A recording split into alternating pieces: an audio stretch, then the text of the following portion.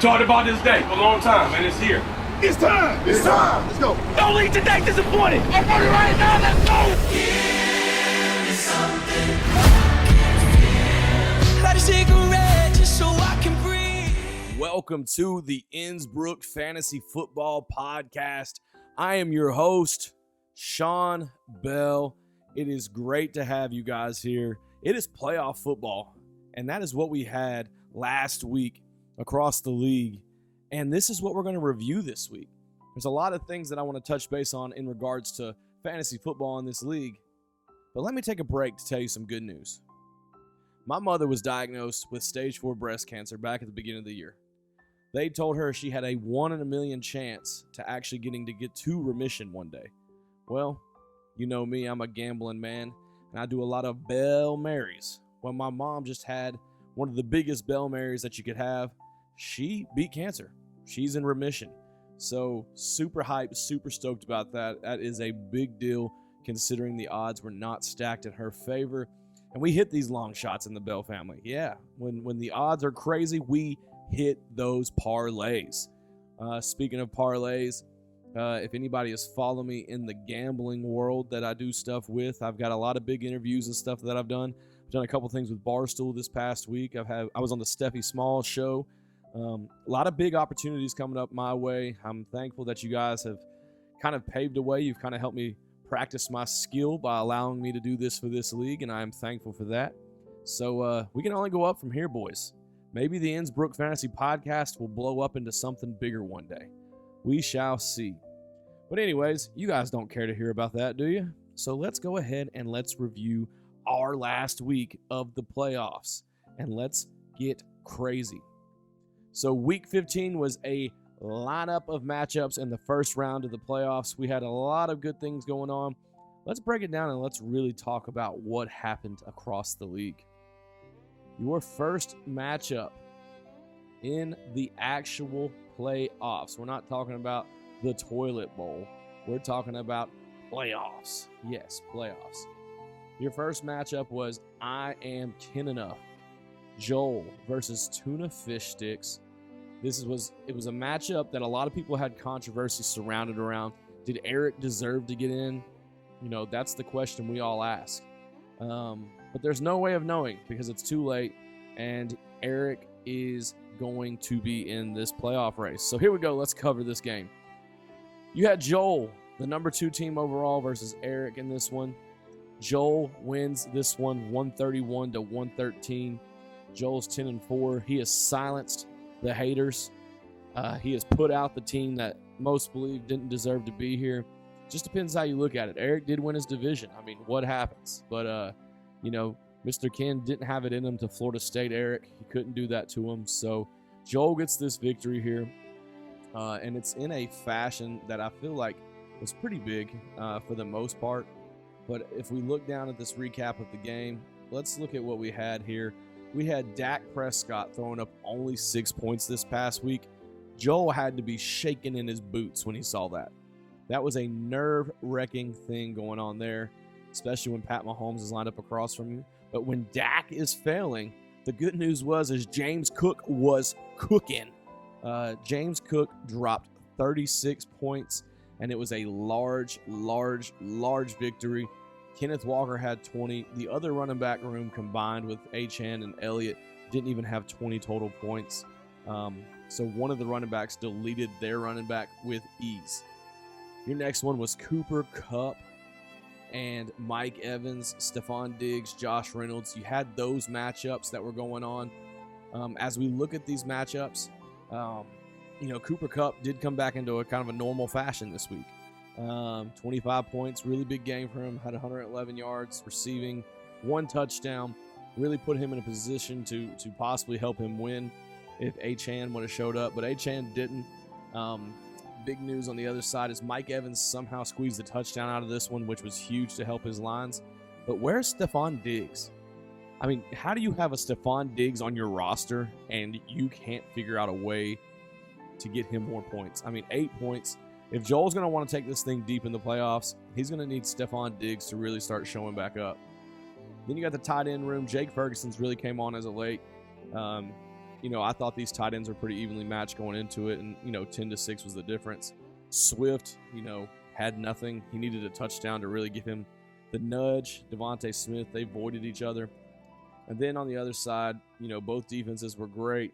Both kickers putting up points, but the real factor in this was Joel's running back room pretty much outscored half of Eric's roster, and that is why we have Joel moving on to the semifinals of the Innsbrooke Fantasy League.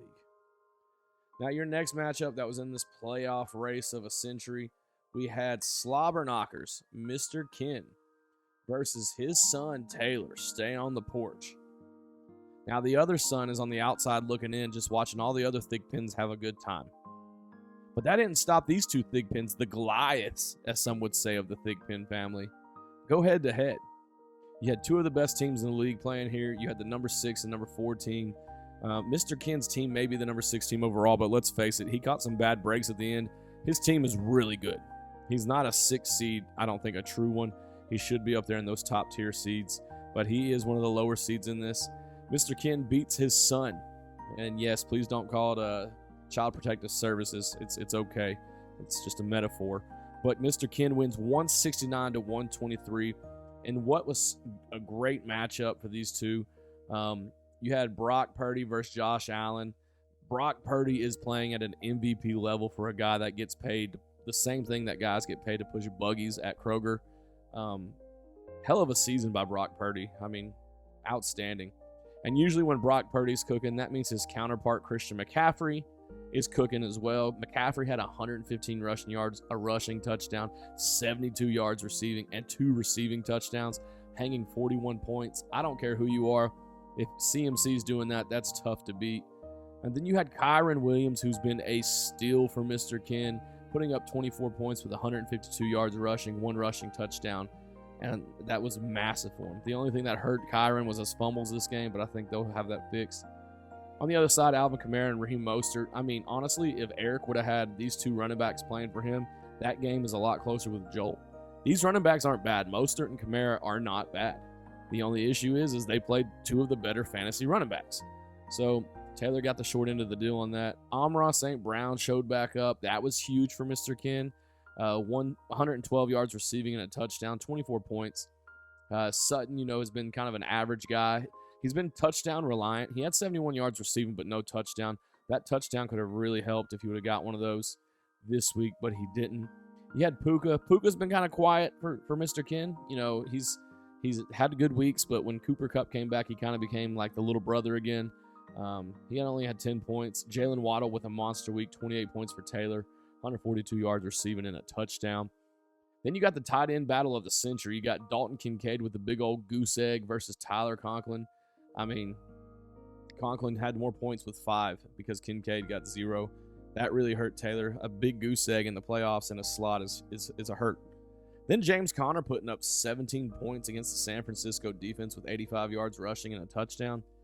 That's unspoken, unheard of. So that was huge for Mr. Ken as well.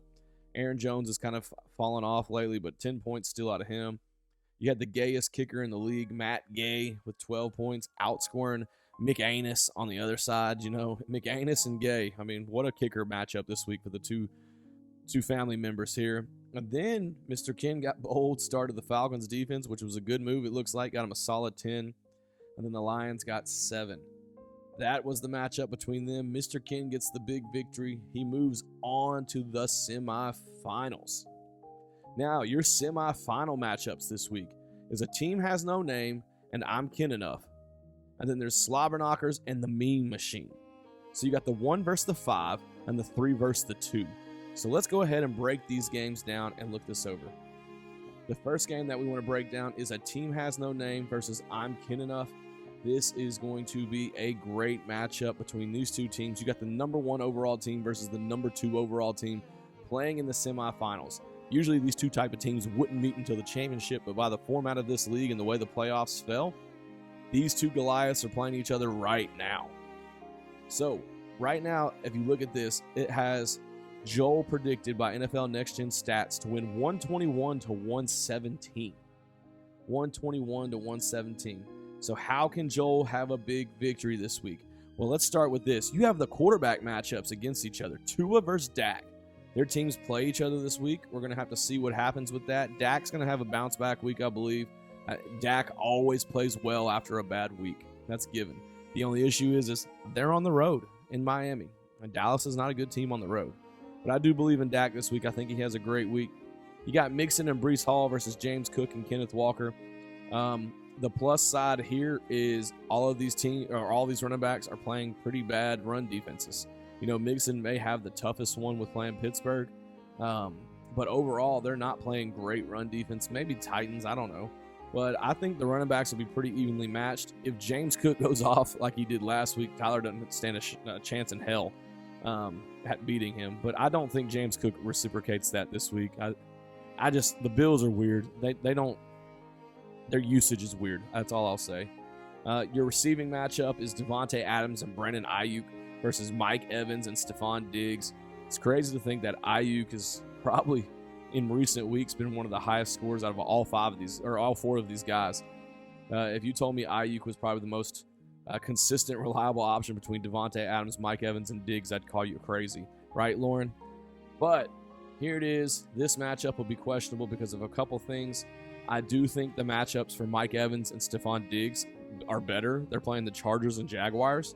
If you look over at the other side of it, Devontae Adams is playing the Chiefs, which has been a stingy defense. And then Ayuk's playing Baltimore, who always has a tough defense. So, you know, out of here, I'm going to go with Old Faithful with Joel. I think his receivers will win this matchup just because of the defenses that they're playing. Tight ends, you got Evan Ingram versus Isaiah Likely. I mean, two tight ends that I think will be pretty even this week as well. It'll just all depend on how things go. Likely's been getting a lot of targets, and he's been really coming on as of late since Mark Andrews got hurt. But he's also playing the 49ers, so it'll be interesting to see what he can do against Fred Warner and those guys. But Evan Ingram, you know, he's one of those hit-and-miss guys. One week he'll throw up 20 points, one week he'll throw up 5. So you never know what you're going to get with Evan Ingram, except a really big contract for no reason. Your flex players this week are Jaden Reed versus Devontae Smith. I think both of these guys can put up even numbers. The Packers' usage of Jaden Reed has been tremendous this last few weeks. If Christian Watson is definitely out, I think Jaden Reed's upside definitely goes up. But it's still Devontae Smith. They're going to have to get things going again with that Eagles offense. They're going to have to find some identity other than the tush-push. So I expect Devontae Smith to rip up a pretty sad Giants defense this week. I'm hoping the Giants win, obviously for Cowboys reasons, but yeah. Your kickers are also in a matchup against each other. Brandon Aubrey versus Jason Sanders. Now, obviously, I'm going to be a homer here, and I'm going to say Brandon Aubrey's the better kicker. Some may say he's the best kicker in the league right now. I mean, I'm not talking about overall, but right now with what's going on, he's definitely a top-tier kicker. The only saving grace would be if Sanders and them can move the ball and score points. I think he'll do that well. But usually when the Dolphins are scoring, they're scoring touchdowns, not field goals. So I'm going to go Aubrey in that matchup. And then the Browns defense is taking on Houston, and the Eagles defense is taking on the Giants. Both these matchups, depending on what's going on, well, the Eagles defense has been kind of sus. And the Browns may be playing a C.J. Stroudless Houston team. So I think these defenses will be evenly matched up. If I had to give the nudge, I'd go Browns. Browns defense has been kind of elite this season. If I'm predicting this one myself, I'm going to rock with oh, man, it's tough. I love Joel. I helped draft that team. He's got my man Dak Prescott on it. He got a lot of my favorite guys on that roster. I'm going to go with Tyler this week. He is the 1 seed. Tyler always finds a way to weasel himself into contention, into playoffs, and find a way to pep his guys up. I don't know if it's the way he slaps their butts in the locker room or what, but Tyler always has his team prepped and ready. So I think the 1 seed comes out here and tries to pull this upset. Not upset necessarily, but upset by the next gen stats. I think he's going to pull off a victory here. It's going to be a close one, a very, very close one. I do like Joel's matchups better, but I think in the end, what's really going to set the tone is Brandon Ayuk may be able to dice up Baltimore's defense. I would love to hear Tyler's opinion on that. But yeah, that's my opinion on that game. Let's go into the next semifinal matchup and break it down for you. Your next semifinal matchup is Slobberknockers versus the Mean Machine. Right here, you've got the number 3 overall team and the number 6 overall team in the league. Obviously, by playoff seeding, that's not how it goes. This game is going to be really close too. I think we got the best 4 teams in the league in the finals. We'll talk about that in a minute. But it's Slobberknockers versus Mean Machine. Right now, NFL Next Gen Stats predicts Mr. Ken to win 123-120. Very tight matchup. Let's break this down, kind of go over it. You got Brock Purdy versus Justin Fields. Saving grace for Justin Fields is he's playing Arizona. I feel like that matchup's better than Brock Purdy at Baltimore. But Brock Purdy is still being Brock Purdy. I mean, Kyle Shanahan's going to set him up in successful situations, and they're going to be able to do some things with play action, zone reads, and to get the ball moving against a stingy Baltimore defense. This is a crazy possible Super Bowl matchup that we're going to get on Christmas Day. I mean, how crazy is that? What a gift from Santa. Your running back room is Christian McCaffrey and Kyron Williams versus Derrick Henry and Jahmyr Gibbs. I'll be honest with you, I'm riding all the way with Mr. Ken's running backs here. I mean, no questions. I think even Tyler would say that, or not Tyler, excuse me. I think even Freebus would say that. Clearly, the running back room is better on the other side. Henry is not the same. I mean, he's just running straight into people. I know the offensive line's not doing him any favors, but there's a difference when you see him in the offense versus Tajay Spears. You can tell this offense isn't built and geared around Derrick Henry anymore. So I really don't like Henry at all in fantasy unless he gets a touchdown. I think he's a touchdown-dependent guy now. And Seattle's run defense is pretty good up front. So Jahmyr Gibbs, the Lions running back situation is criminal. You don't know. You just don't know. So, but the running back room on the other side is pretty set. Kyron Williams, Christian McCaffrey, those guys are going to get theirs. The receiving rooms is Amon-Ra St. Brown and Puka versus DJ Moore and Tyreek Hill. I love this receiving matchup between both these teams. I feel like they're evenly matched. The biggest question mark is, will Tyreek play? Tyreek's going to get his if he plays. I don't care who he's playing. He's that good. I know he's playing my Cowboys, but Tyreek's that good. Amon-Ra is, he had a couple quiet weeks. Last week he had a big week, but he had a couple quiet weeks prior to that.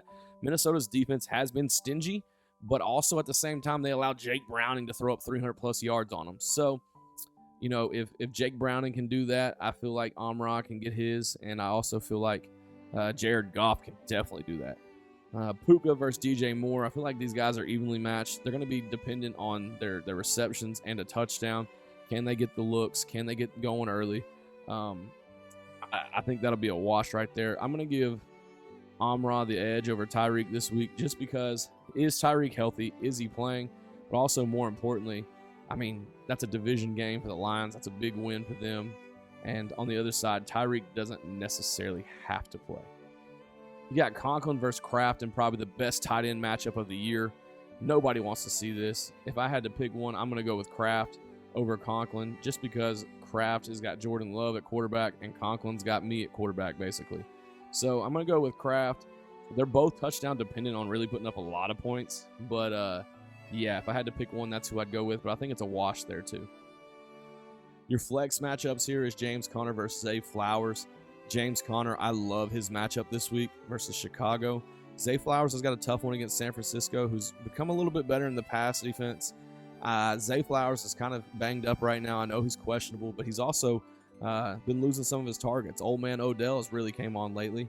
Rashad Bateman, he's come on. So it'll be interesting to see. Your kickers are McPherson versus old McManus. Tampa and Pitt, two stingy defenses, a lot of opportunities to be kicked. I'm going to go with McPherson if I had to pick one of the kicking battles. I do think he's the better kicker.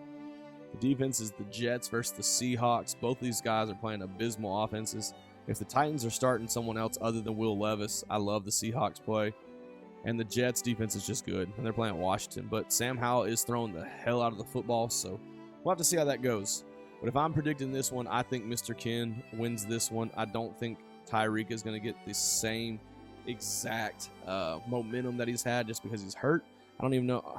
Personally, I don't think he plays. That's just my thought. There's a lot of off-the-field rumors with Tyreek going on right now about baby mamas and stuff, so who knows? So if my prediction goes correct, you'll see Tyler versus Mr. Ken in the championship next week for the Fantasy Super Bowl. I hope it's Ken. I'm just Ken enough. I hope Joel gets in there. I think his team is the best because I picked it with him. We've got a fine oil machine over there. It's kind of crazy. I drafted this team for him and with him, and then the next week, I'm fired. They get rid of me out of the GM office. I'm just a scout now. So, I don't know who I will land with next year, who may need me to draft for them, or if I'll even be in the league. But just thank you, Joel, for allowing me to sit in the GM chair for a day and build my resume up to potentially land a better job one day. That is your matchups right there. That is the breakdown for this week. We'll be back next week. Please be patient. It is Christmas week, so there's a lot of moving pieces, a lot going on. If you guys are into betting and stuff, hit me up. I'll let you in my Discord for free if that's your thing. Just please don't advertise. I'll let you in for free in there. That'll get me in some doo-doo. But also, feel free to come in and post your picks, hang out, and chat in there. If you're needing some software to use to get your stuff up and running, or maybe there's just some things that you want to look and break down, feel free to go with my partners over at Betalytics. Yes, Betalytics. You can get on their website. When you go in to sign up for their stuff, feel free to use promo code COACH. If you use promo code COACH, you'll get a special discount on their service, and it'll allow you to use all the breakdowns they have for each game, each player. Kind of tells you the edge, what their last 5, last 10, their number, their line. They have an AI that simulates the games 10,000 times. It's a great tool to use for that betting stuff. Well, I've taken enough of your time, fellas. Thank you again for always being so accepting of me. I appreciate it. It's been a great season. I look forward to closing this thing down in the next couple weeks and getting to chat with you guys. Hopefully, we can get both of the people in the Super Bowl on next week together if possible, and maybe have a little media week going into it, kind of talk and banter each other a little bit. But yeah, so that's this week. I hope you guys that are traveling have safe travels. Y'all be safe. I'm praying for y'all's safety over this holiday season. And Merry Christmas, everyone. Remember, Jesus is the reason for the season.